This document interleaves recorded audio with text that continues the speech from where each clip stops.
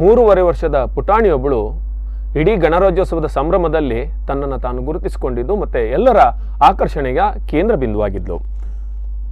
3 ವರ್ಷದ ಪೋರಿ ಮಯೂರಿ ಪ್ರಭು ಎಲ್ಲರನ್ನ ಗಮನ ಸೆಳೆದ ಬಾಲಕಿ. ಆರ್ಮಿಯ ಯೂನಿಫಾರ್ಮ್ನಲ್ಲಿ ಬಂದಿದ್ದ ಮಯೂರಿ ಕೈಯಲ್ಲಿ ಮೆಷಿನ್ ಗನ್ ಕಂಡು ಹಿಡಿದು ಅದನ್ನು ಹಿಡ್ಕೊಂಡು ಸಭಾ ಕಾರ್ಯಕ್ರಮ ನಡೀತಾ ಸ್ಥಳದಲ್ಲೇ ಓಡಾಡ್ತಾ ಇದ್ಲು. ಧ್ವಜಾರೋಹಣ, ಪಥಸಂಚಲನ, ಸಭೆ, ಸನ್ಮಾನ ಸಂದರ್ಭದಲ್ಲಿ ಮೈದಾನದಲ್ಲಿ ನಿಂತು ಎಲ್ಲವನ್ನ ವೀಕ್ಷಿಸ್ತಾ ಇದ್ದಳು. ಇದನ್ನ ಗಮನಿಸಿದಂತಹ ಸಚಿವ ಎಸ್ ಅಂಗಾರ, ಡಿಸಿ ಜಗದೀಶ್, SP ಹಾಗೂ ಶಾಸಕರು ಎಲ್ಲ ಗಣ್ಯರಿಂದಲೂ ಕೂಡ ಆಕೆಯನ್ನ ಮಾತಾಡಿಸುವಂತ ಒಂದು ಅಲ್ಲಿ ಕಾರ್ಯಕ್ರಮನೇ ನಡೆಯಿತು. ಯಾಕೆಂದ್ರೆ ಎಲ್ಲರೂ ಕೂಡ ಆಕೆಯನ್ನ ಬಹಳಷ್ಟು ಮೆಚ್ಚಿಕೊಂಡಿದ್ರು. ಆಕೆಯ ಡ್ರೆಸ್ ಇರ್ಬೋದು, ಆಕೆ ಕೈಯಲ್ಲಿರುವ ಗನ್ ಇರ್ಬೋದು, ಎಲ್ಲರಿಗೂ ಖುಷಿಯಾಗಿತ್ತು.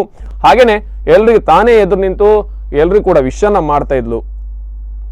ಇದು ಇವತ್ತಿನ ಗಣರಾಜ್ಯೋತ್ಸವ ಸಂದರ್ಭದ ಒಂದು ಹೈಲೈಟ್ ಅಂತಾನೆ ಹೇಳ್ಬೋದು.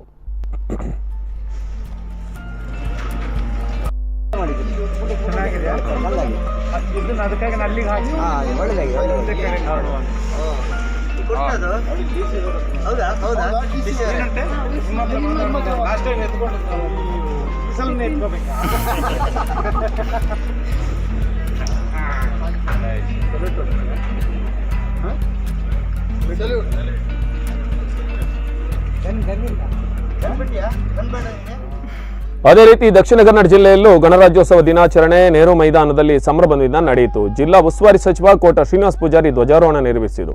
ಇದೇ ವೇಳೆ ಪೆರೇಡ್ ವೀಕ್ಷಣೆ, ಗೌರವ ಸ್ವೀಕಾರ, ಪಥಸಂಚಲನ ನಡೆದಿದ್ದು, ಬಳಿಕ ವಿವಿಧ ಕ್ಷೇತ್ರಗಳಲ್ಲಿ ಸಾಧನೆ ಮಾಡಿದ ಸಾಧಕರಿಗೆ ಪ್ರಶಸ್ತಿ ಪ್ರದಾನ ಸಮಾರಂಭ ನಡೆಯಿತು.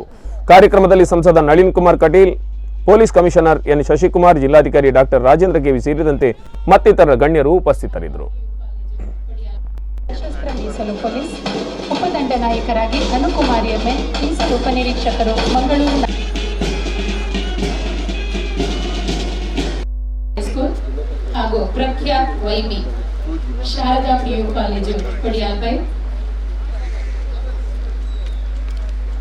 ತಾರ್ಕಿಕ ಸಾಧನೆ ಕ್ಷೇತ್ರದಲ್ಲಿ ಅವರು ನಮ್ಮ ಗೌರವವನ್ನು ಸ್ವೀಕರಿಸುತ್ತಾರೆ.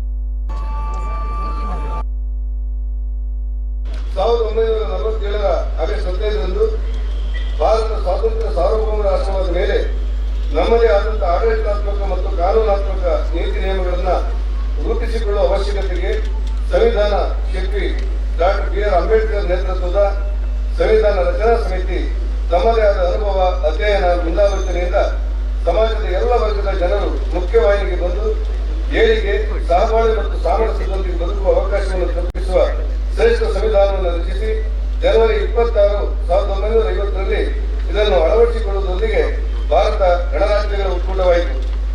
ವಿಶ್ವದಲ್ಲೇ ಶ್ರೇಷ್ಠ ಸಂವಿಧಾನ